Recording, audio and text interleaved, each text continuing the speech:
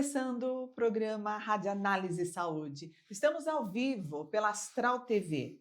Gente, hoje o nosso assunto é sobre psicanálise. Quem está aqui comigo, esse convidado, eu estava falando com ele aqui, ele sabe muito, né? Eu estou encantada com o Ricardo Douglas Vicente. Ele é psicanalista clínico e autor do livro O Terapeuta e o Galileu. Seja muito bem-vindo, viu, Ricardo?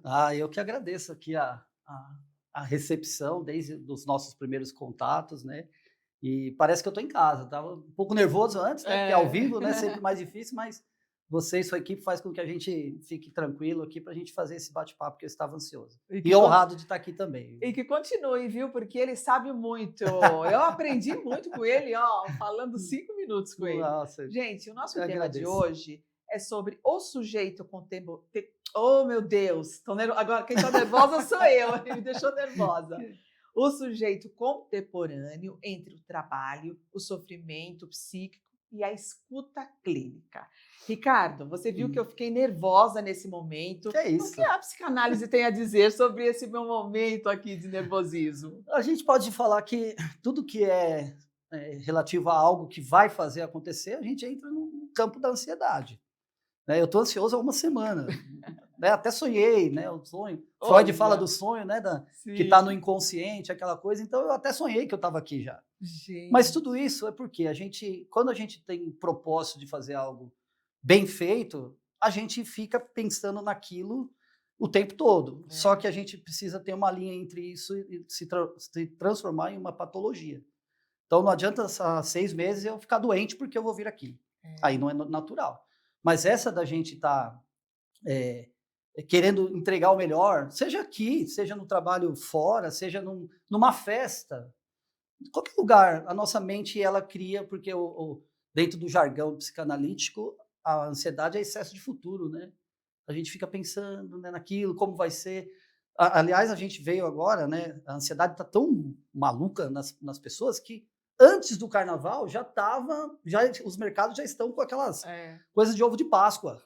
Falta é, 40 dias. pois é. E aí, antes do carnaval, os mercados, pelo menos na minha região, já tem aquela ilha, né, que eles falam com ovo de Páscoa, essas coisas, já estão vendendo, mas isso tudo trabalhando no quê? Nas pessoas. Olha, não esquecem, ó, já pode comprar, viu? Porque as pessoas vão comprar agora, vai acabar, porque ninguém vai esperar a Páscoa para É. comer. Daqui a pouco eles vão comprar de novo. Então, eles trabalham essa nossa ansiedade, essa nossa pressa de fazer as coisas, né, que não se pode ser exagerado, que vira patologia, em cima disso. É por isso. Né? E também, né, a responsabilidade da gente, do que a gente vai falar para as pessoas aqui. Né? Aham. Ainda mais você que vem dessa magnitude, dessa amplitude do seu programa. Né? Pois é, ele sabe tanto, gente, que eu tive que ficar um pouco nervosa, né? Mas eu acho isso fantástico. Ô, É Ricardo, isso. como que a psicanálise entrou na sua vida?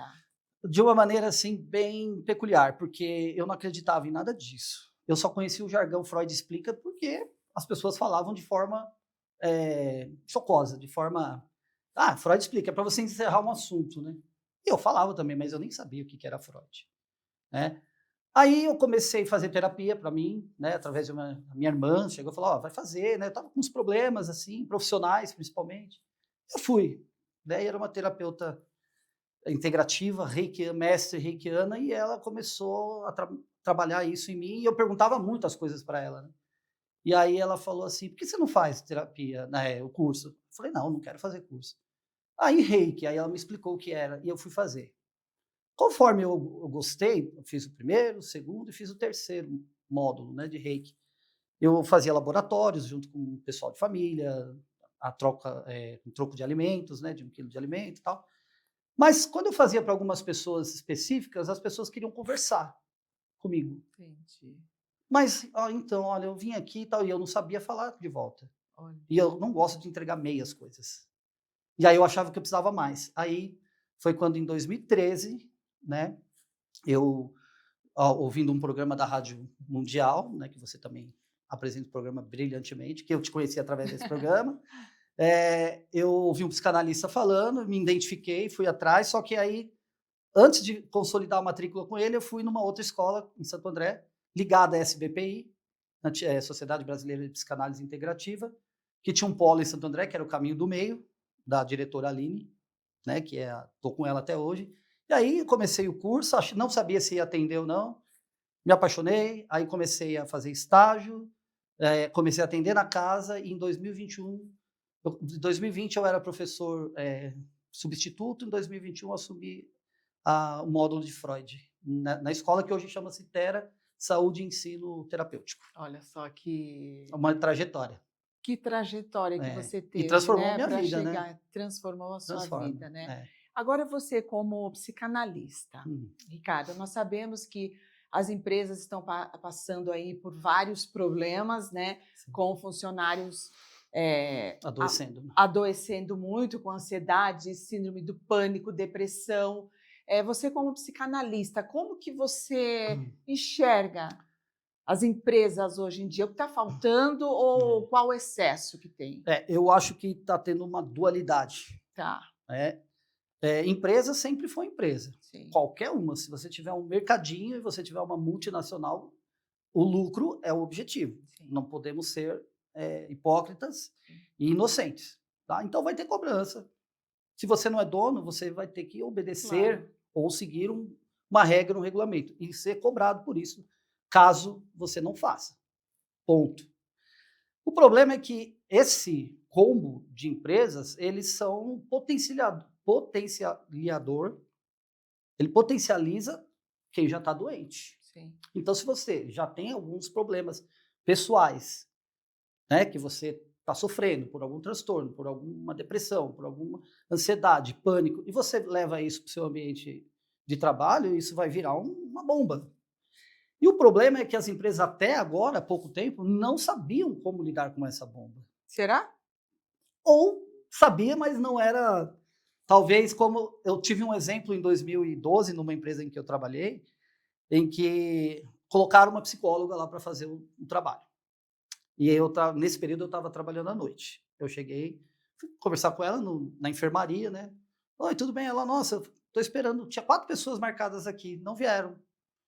Eu falei, mas o que aconteceu? Segundo informações, eles não foram liberados da máquina do trabalho que eles estavam para passar comigo hoje. E semana passada eu estava aqui de dia, uma pessoa bateu na porta, eu estava atendendo uma pessoa, e essa pessoa falou, olha, estão chamando ele ele precisa voltar. O chefe está chamando ele. Então, eu acho que só de falar nisso é um avanço.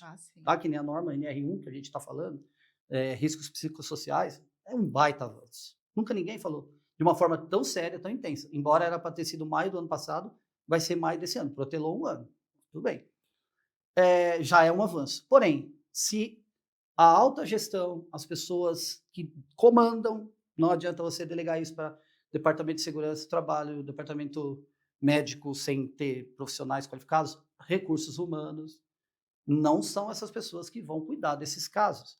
Você precisa ter um preparo, um time, uma continuidade das pessoas que forem identificadas com problemas. E isso leva tempo. Quando você atende seus pacientes, eu atendo os meus, ou alguém que está nos assistindo que trabalha com psicoterapia, às vezes a gente demora 1 mês para tirar uma informação do paciente que é aquela que dói. Porque ele pode trazer muitas coisas ali. Você passa 10 sessões com ele conversando e tal. Aquela que dói, muitas vezes você demora um tempo. Agora, se você estabelecer dentro da sua política de saúde mental da empresa, olha, o atendimento é 15 minutos, viu? Não pode passar disso. Tal. Vai dar resultado? Não vai dar resultado. Então, eu acho que sou super a favor, né? Eu acho que só que precisa ter a estrutura ideal para que sejam tratados de fato essas pessoas que sejam identificadas com problema. E as pessoas também, desculpa, me empolguei. E as pessoas também saberem que eu preciso fazer minha parte. Eu não posso delegar somente às empresas a responsabilidade pela minha saúde mental.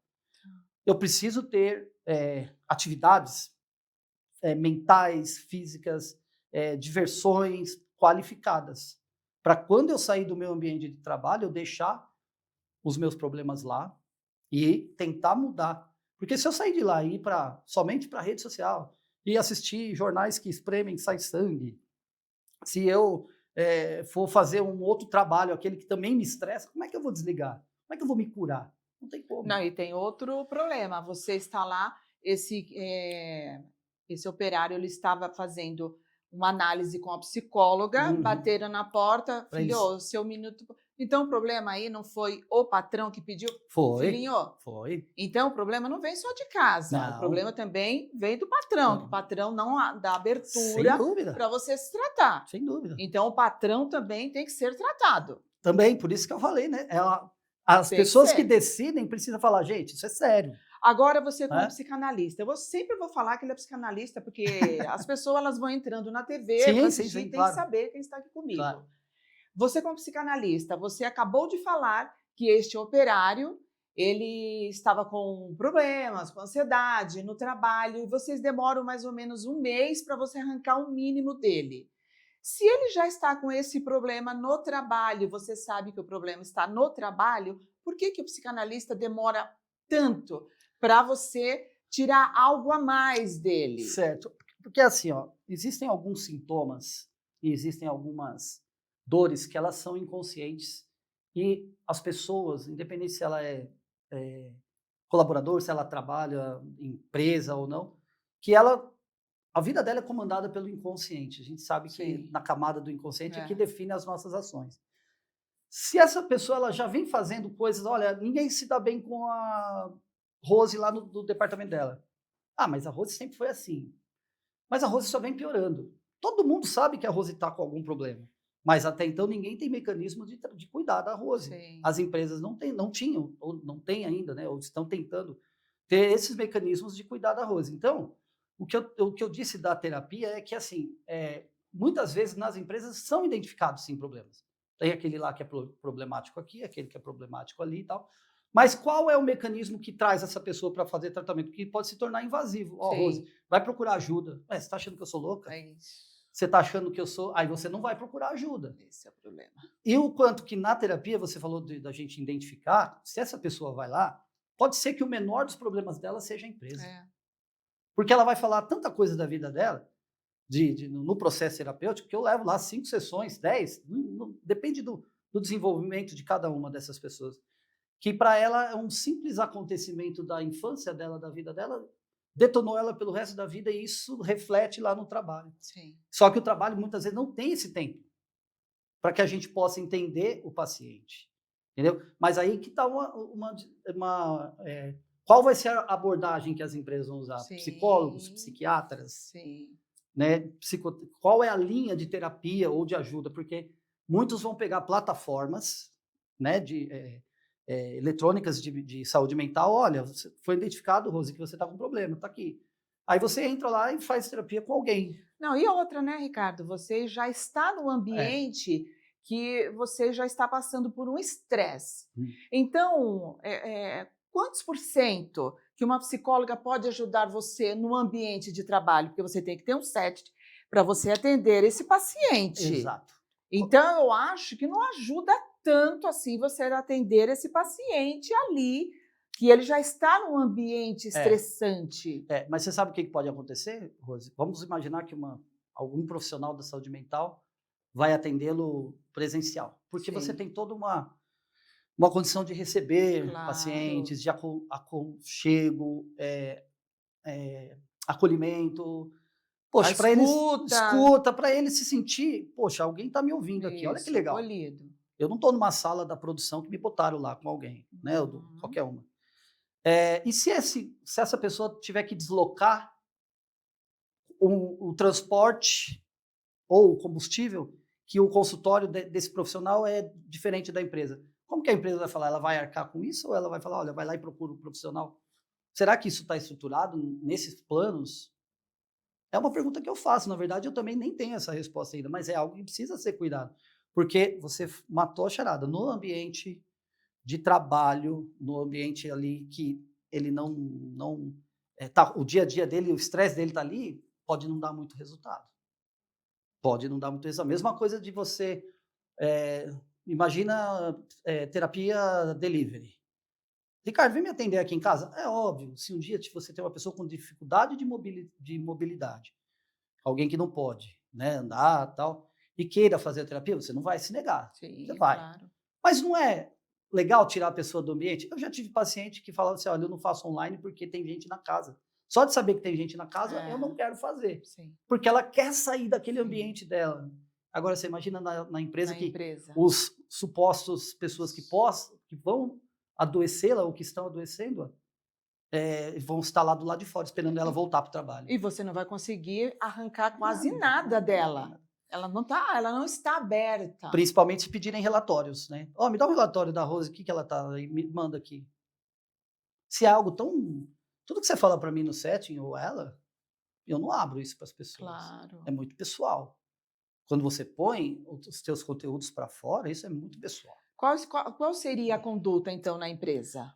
Para mim, um grupo de profissionais Tá. qualificados para atender em determinado local, com agendamento, assim, né?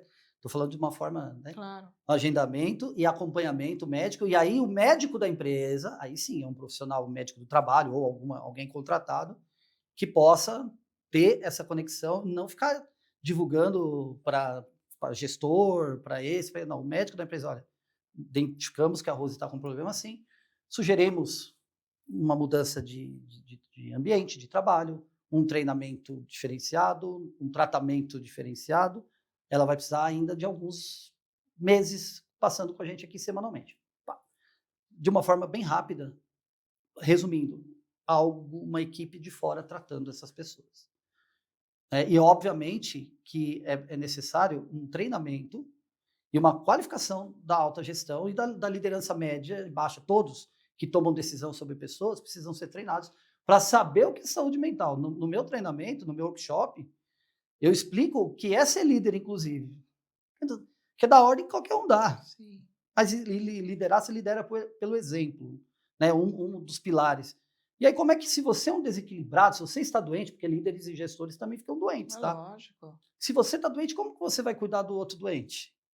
Teria que ser a empresa toda, né? Toda, Desde o toda. dono, presidente, Todos. serem tratados. Todos serem tratados. Todos entenderem primeiro do que é a saúde mental, né? Que muitos pensam que é só você estar bem. Não é só você estar bem. É um combo, né? É o socialmente bem, fisicamente bem, emocionalmente, tudo o bem-estar que você, né, que a própria OMS fala, né? O bem-estar emocional te traz essa saúde. E você acha que as empresas elas já estão preparadas? Eu não gostaria de cometer nenhuma injustiça assim generalizada, mas eu acho que são poucas que estão pensando assim dessa forma. Mas ainda continua no papel. Ainda continua no papel. E você acha que vai sair algum dia do papel? Esperança eu tenho, até porque nós passamos uns períodos, né? Como eu falei, eu atuei 30 anos dentro da indústria. Muitas coisas melhoraram, né? Em qualidade de equipamentos, parte de saúde, o próprio Gympass, né? Ou estou falando propaganda aqui, Total Pass, para pessoa incentivando programas nas empresas, palestras, tal, melhorou muito.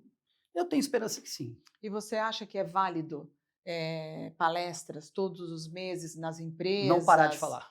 Não parar de falar, Não porque parar de senão vai falar, morrer. né? Muita campanha. Muita campanha. Porque a gente tem lá o Janeiro Branco, que fala sobre saúde mental. Pois é. Aí vem Setembro Amarelo, que é de suicídio. Sim. Mas são 2 meses. É. Precisa de 2 meses específicos para você falar nisso. É. Né? Aí você pega lá o Novembro Azul e Outubro Rosa, É. eles pintam prédios e tal. Isso. E a saúde mental, que na verdade é saúde, né? Tem um meme que fala o cérebro reclamando, né? Pô, eu também sou parte de saúde, né? Então, você ter campanhas, você ter palestras mensais, bimestrais, para falar do que está acontecendo em relação à saúde mental das pessoas, e não só falar, olha, a empresa é malvadona, o que você está fazendo? Então, e na verdade, essas pessoas que estão na empresa, nós estamos falando da empresa, né? Você ficar doente na empresa, mas nós sabemos que no ambiente familiar também a coisa hoje em dia está feia. Casal nenhum está suportando olhar um para a cara do outro, a gente sabe disso. Os pais não estão sabendo mais educar os seus filhos, né? Agora eu vou mudar um pouco de assunto. Sobre o caso do cachorrinho, como que você trabalha com esse lado emocional desses adolescentes? Olha, Rose, assim, a gente está vindo de um período que, quando eu ouvi você pela primeira vez, sabe o que estava acontecendo no Brasil? Bebê Reborn. Você lembra disso? Lógico que eu lembro, faz pouco tempo. Foi o ano passado, né? Assim, Pois é, eu olhei gente. aquilo, que até você ter uma bonequinha Sim. para você, que você ganhou quando criança, de estimação, tá tudo certo. Mas você levar ao médico, né? Você achar que aquilo fazia aniversário, tal, coisas que nós vimos, eu vi com um certo, né, estarrecido. Ele só estava começando, né? É. Aí a gente vem passando o tempo, aí a gente chega agora aos adolescentes que torturaram o animal, sendo que até um tempo atrás, um animalzinho era de estimação, era algo que as crianças amavam. Muitas pessoas não podiam ter mais filhos, pegavam um animalzinho para falar, a criança adora, imagina ganhar um cachorro, você já ganhou um cachorro de aniversário? Ou um cachorro que chegou na família, aquele amor, gente. Sim. E quando parecia perder um membro perdeu da o meio família. Aí hoje você pega os adolescentes e bate um prego na cabeça do cachorro. Eu fiquei pensando naquilo, eu falei assim, quem será que está mais doente, essas meninas ou os pais desses Sim. meninos? Porque isso é ausência de limites. Sim. É o não colocado em prática. Estavam de madrugada na rua, os pais sabiam que estavam de madrugada na rua. Né? Eu sou de uma época em que a gente estava de noite na rua, eu era chamado para dentro. Uhum. Para dentro. Sim. Esse para dentro ele é um significado. E o chinelo na mão, né? É um significado muito forte, para Sim. dentro. Você está tirando a pessoa da exposição do mundo. E os adolescentes estão de madrugada andando, vejam um cachorro. Eu não vou nem entrar na questão, porque aí pode envolver coisas de polícia e tal, mas de entorpecentes, porque as pessoas podem colocar a culpa na inconsciência gerada por uma droga, por alguma coisa. Mas como eu não sou policial, não quero me envolver nisso. Mas o ato em si violento de você ir fazer isso, para mim já gera assim uma... conversar com esse adolescente, eu tenho certeza que a primeira coisa que vão falar é que não tem limites. Acha que faz aquilo que pode ser feito. E com detalhe, eu lembro, você fez uma pergunta para uma pessoa aqui, eu não lembro qual foi o convidado, que falou sobre... Você perguntou para ela se eles são psicopatas. Isso, foi uma outra psicóloga. Foi, uma outra, né? Se eles não sentirem culpas, são. Ah, mas foi só um ato de adolescente, impensado, não. Mas, se não sentir culpa, até porque foram viajar, então tem um traço bem significativo. Ah, os pais podem achar ruim, tal, meu filho não é isso, tal, foi só um momento, tal, mas a gente está analisando do ponto de vista psíquico deles. Então, mas os pais, eles deram apoio. E o que os filhos pensaram? Ah, meu pai aprovou, então não tem problema nenhum, meu pai segura lá. Segura, exatamente. E aí tentaram comprar autoridades, né, pelo que a gente viu na imprensa, e agora o que vai ser do futuro? Mas só que se você for olhar, Rose, há uns 20 anos ou mais, o mesmo perfil de jovem colocou fogo no índio, em Brasília. Alguém se lembra do índio Galdino? E era a mesma classe, mais ou menos, social. Numa noite, o índio dormindo no banco, foram lá e colocaram fogo. Ou seja, se esses adolescentes se tirarem os celulares deles, por exemplo, na época não tinha celular, né? Foi câmera de rua que pegou do índio. Ou se tinha, estava começando. Eu nem me lembro o ano que foi, mas você pega lá. A infração ou o crime que eles cometeram, eles sabiam que estavam fazendo errado. Sim. Porque, pela idade deles, falar, pôr fogo numa pessoa é errado. E essa linha do certo e do errado, onde que está? Onde que está o ponto de corte? Que as pessoas falam assim, mas hoje em dia a liberdade e tal. Ótimo, a gente precisa ter diálogo, a gente precisa, né? Eu tenho uma adolescente em casa, a gente conversa, né, sobre algumas coisas e tal, mas existem regras, o que é certo e o que é errado, e parece que o errado está se tornando comum. Por exemplo, né, eu sei que é muito triste falar nisso, esses feminicídios que vem acontecendo, do cara arrastando a mulher no chão, o outro agora matou os filhos, uma coisa assim, incabível, né, que a gente poderia falar assim, olha só, onde chega a nossa loucura.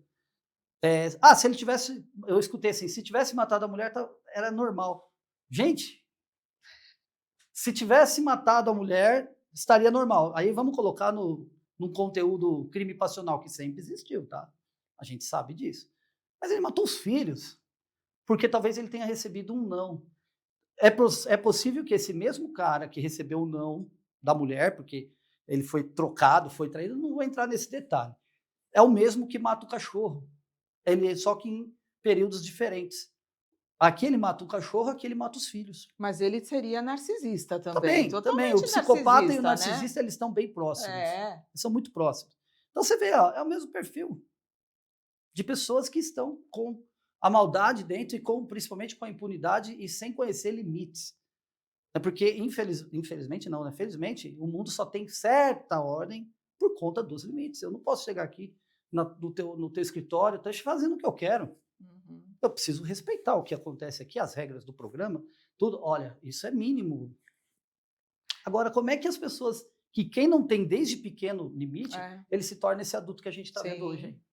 E como que você pode detectar um narcisista? De repente, eu estou com um narcisista dentro de casa e eu não estou sabendo. É o que eu falo para os meus alunos, né? Quando a gente fala de psicopatia, eu falo para eles assim, pessoal, esquece o que Hollywood trouxe do psicopata com uma motosserra e um machado, porque esse daí é um serial killer, ele é um louco, ele é um psicótico. Tal. O psicopata pode estar dormindo na tua cama. Elas assustam, né? E como assim? Pode. Ele pode ser aquele cara legalzão, ele pode ser nossa, que cara bacana, ele pode fazer postagens assim, das mais belas, textos lindos, tal. E, na verdade, ele faz muita coisa, como é que fala? Interessado num retorno. E ele não mede esforços para te ferrar, desculpa a palavra, para que ele tenha vantagem. E o principal, ele não vai sentir culpa de nada disso. Não sente nada. Nada. É como se nada tivesse acontecido. Ele pode ver você morta, sofrendo, nada. que ele não atingiu o objetivo, ok. É esse. Agora, uma coisa que eu sempre falo, cuidado, eu falo isso para todo mundo, independente se é aluno, cuidado com os exageros. Porque muitos psicopatas, narcisistas, eles podem ser histriônicos, que é aquela personalidade que ele quer ser o centro das atenções de alguma forma. Tudo é ele. Ele pode ser vítima também? Vítima que você fala que ele foi construído assim? Não, o narcisista ele pode dar também uma de vítima, ficar doente para chamar sua atenção. Ai, tô sofrendo. Demais. Porque quando ele tem os holofotes virados para ele, e quer holofote mais do que alguém falar que tá doente? Olha só.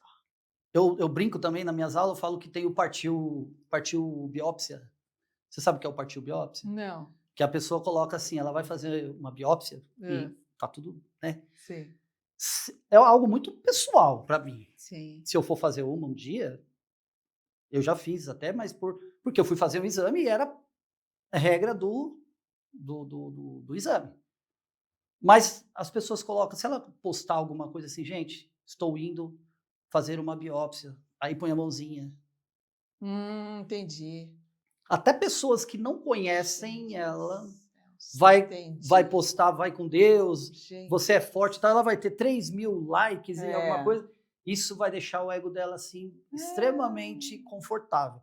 Caso ela, não estou dizendo que é alguém que poste que vai fazer exame, porque senão pode pensar que eu estou generalizando. Não está generalizando. Mas nós estamos falando de um perfil narcisista ou de perfis de pessoas que possam usar a sua própria desgraça, sua própria doença, seu próprio problema para chamar atenção para si. E quando você descobre que ele é um narcisista, ele pode ser violento com você? Ele, na verdade, o perfil narcisista, Rose, ele nem faz terapia. O psicopata e o narcisista não fazem terapia. Não aceita que está doente, porque eles não veem problema no que eles fazem. Então eles não vão, a não ser que seja por meio judicial. Olha, parte da tua pena que você enganou tal pessoa, que você cometeu um crime, porque eles têm uma tendência muito grande em cometer crimes, né? 171, qualquer tipo de crime que você vê. E se eles são pegos, muitas vezes são encaminhados para tratamento psiquiátrico ou psicoterapia. Só que eles têm um modus operandi, sabe qual? Qual? Ele quer te enrolar. Olha, ô Ricardo, Sim. esse assunto, eu quero você de novo aqui. Amei falar sobre narcisismo. O nosso tempo está acabando, gente, mas ele vai voltar. Onde que as pessoas podem te encontrar para marcar consulta, Instagram? O meu Instagram é o Ricardo_Vic76. Eu acho que é esse mesmo. Isso mesmo. Tá ali. É por aí. Aí eu recebo os contatos, aí eu passo para o WhatsApp e a gente conversa. Você atende online e presencial? E presencial. Presencial em Santo André, eu sei que, né, que é onde eu moro, é um pouco mais Tem pessoas do Brasil inteiro que podem estar nos assistindo, mas o online hoje em dia, né, Perfeito. facilita muito, né? Nossa, eu agradeço demais a sua presença. Acho que ele vai voltar. Agradeço a sua E presença. eu que agradeço o convite. Obrigada, Esperamos viu? estar aqui novamente. Agradeço. Tá bom? Gente, eu agradeço a presença de todos vocês. O Ricardo volta. Tchau, tchau.